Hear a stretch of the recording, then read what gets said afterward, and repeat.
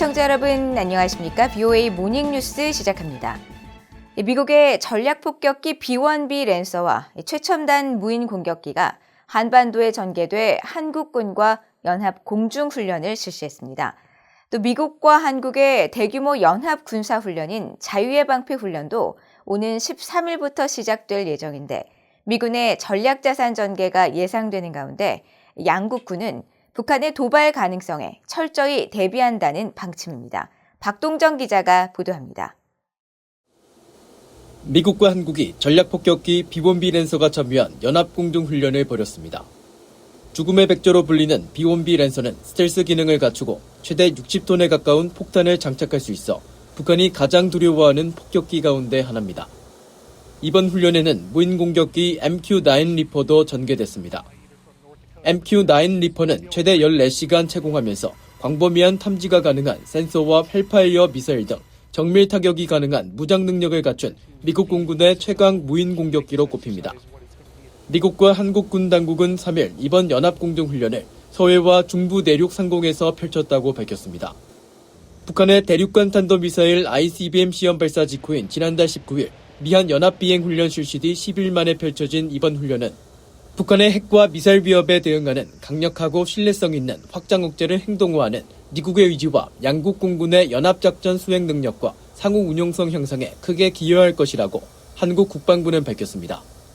미한 군 당국은 이어 공동 브리핑을 통해 오는 13일부터는 연합방위태세 확립을 위한 자유의 방패 프리덤 쉴드 연합연습을 11일 동안 실시한다고 밝혔습니다.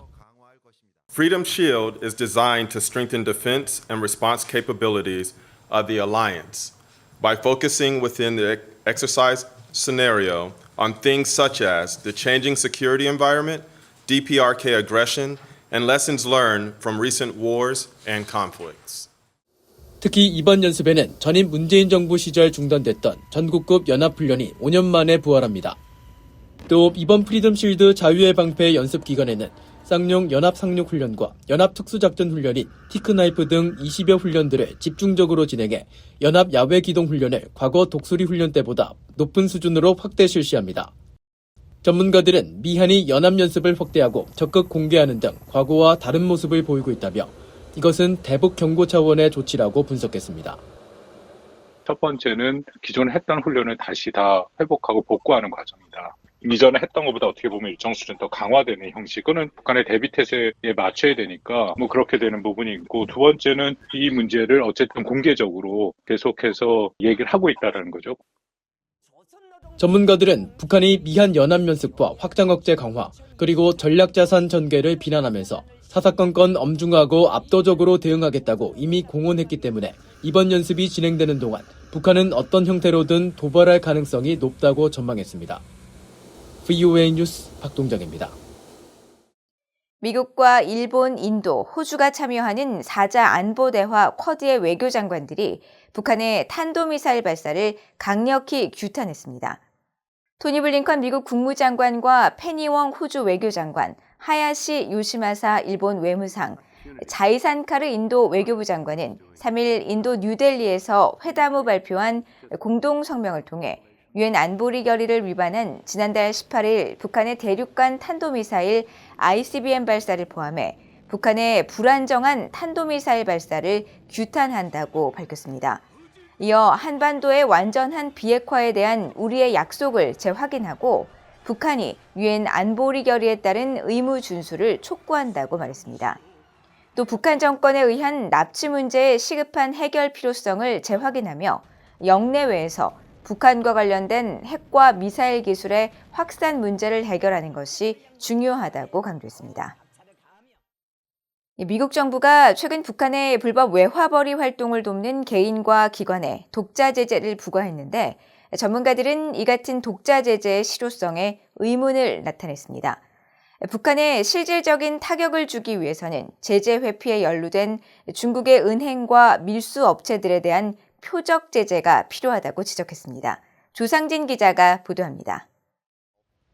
미국 의회에서 대북 제재 관련 입법을 자문했던 조슈아 스탠튼 변호사는 재무부가 지난 1일 단행한 대북 독자 제재가 효과를 거두기에는 시기가 너무 늦었다고 지적했습니다.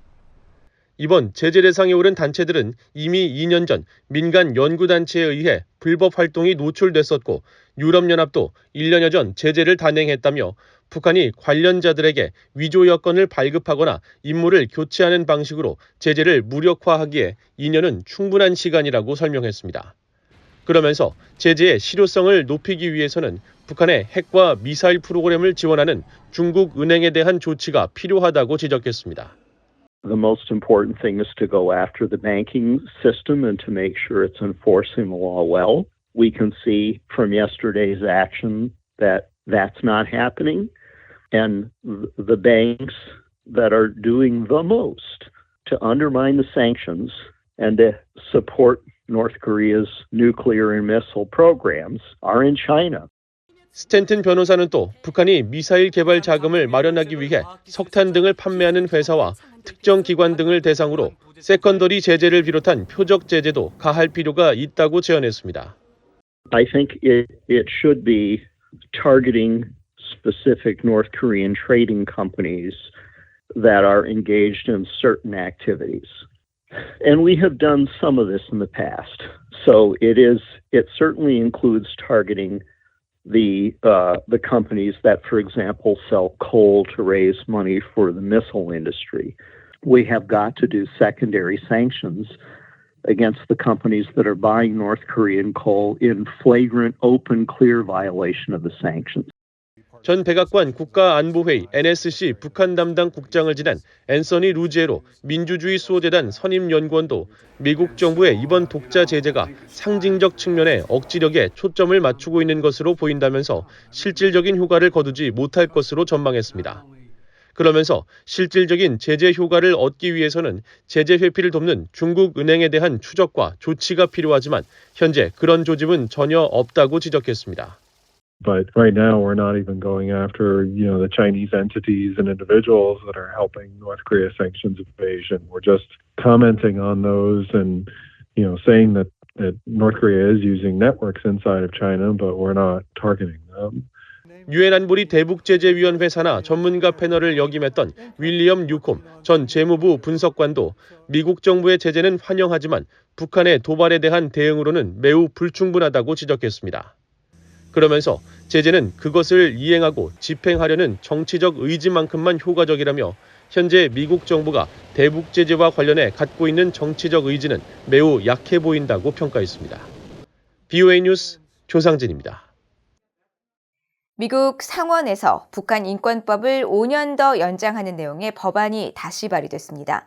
탈북민 강제 송환과 관련해 제재도 부과하도록 하는 법안인데 하원에서도 같은 내용의 법안이 재발의될 가능성이 높아 앞으로 어떻게 처리될지 주목됩니다. 이조은 기자가 보도합니다. 미국 공화당의 마르코 루비오 상원 의원이 1일 재발의한 북한 인권법 재승인 법안입니다. 민주당의 팀 케인 상원 의원이 공동으로 참여한 이 법안은 지난해 9월 만료된 북한 인권법을 5년 더 연장하는 내용이 핵심입니다. 새 회기 미국과 인도태평양 지역에서 점증하는 중국 공산당의 위협에 대응하고 북한 인권을 옹호하는 등 인도태평양 지역에 대한 미국 외교정책 의제로 발의된 6개의 법안 가운데 하나인 북한 인권법 재승인 법안은 탈북민 강제 송환에 연루된 자들에게 제재를 부과하도록 하는 조항도 포함됐습니다. 앞서 지난 회기에도 같은 내용의 법안이 상하원에 각각 발의됐었습니다. 당시 법안은 상원을 통과했지만 하원에선 표결에 붙여지지 못한 채 회기가 종료돼 자동 폐기됐었습니다. 북한 인권법은 지난 2004년 미 의회가 처음 제정한 뒤 3차례에 걸쳐 재승인 법안을 처리하면서 법의 효력을 유지해왔습니다. 하원에선 민주당의 아미베라 의원과 공화당의 영킴 의원이 지난해 북한 인권법 재승인 법안을 발의했었습니다. 하지만 당시 하원은 북한 인권법 재승인 법안을 처리하지 못하고 회기를 마쳤습니다. 아미베라 의원과 영킴 의원은 이번 118대 의회 새 회기에서도 북한 인권법 재승인 법안을 다시 발의하겠다는 의지를 갖고 있어 법안 발의는 조만간 이뤄질 것으로 전망됩니다. BOA 뉴스 이존입니다. 미국은 한국과 대북 확장 억제력 강화 노력에 집중하고 있으며 새로운 협의 메커니즘에 대해 논의하고 있다고 미국 국방차관보가 밝혔습니다. 일라이 라트너 국방부 인도태평양 안보 담당 차관보는 2일 미국의 민간 연구단체인 허드슨 연구소가 개최한 대담에 참석해 지난 몇 달간 북한에 대응해서 미한 양국은 동맹의 요소와 미국의 확장 억제 요소를 강화하는 데 집중하고 있다면서 이같이 밝혔습니다. 이어 한반도의 전략자산 재전개와 실사격훈련 재개, 차관급 확장 억제 협의, 한국 정부 관리들의 미국 전략자산기지 방문과 최근 확장 억제 수단 운용 연습 개최 등을 사례로 언급하면서 북한의 핵 위협과 핵 사용 등의 상황에 대한 상당한 구체적인 논의가 있었다고 전했습니다. 라트너 차관보는 특히 이 같은 활동의 목표는 분쟁과 도발을 억제하는 것으로 단순히 김정은의 미사일 실험만을 막으려는 것이 아니라면서 우리가 집중하고 있는 것은 준비태세와 억지력이며 김정은이 자신의 능력을 넘어선 위험을 감수하지 않도록 확실히 하는 것에 집중하고 있다고 강조했습니다. 미국 재무부 해외자산통제실이 북한의 담배를 수출해 대북 제재를 위반한 혐의로 인도 담배 제조사에 벌금을 부과했다고 밝혔습니다.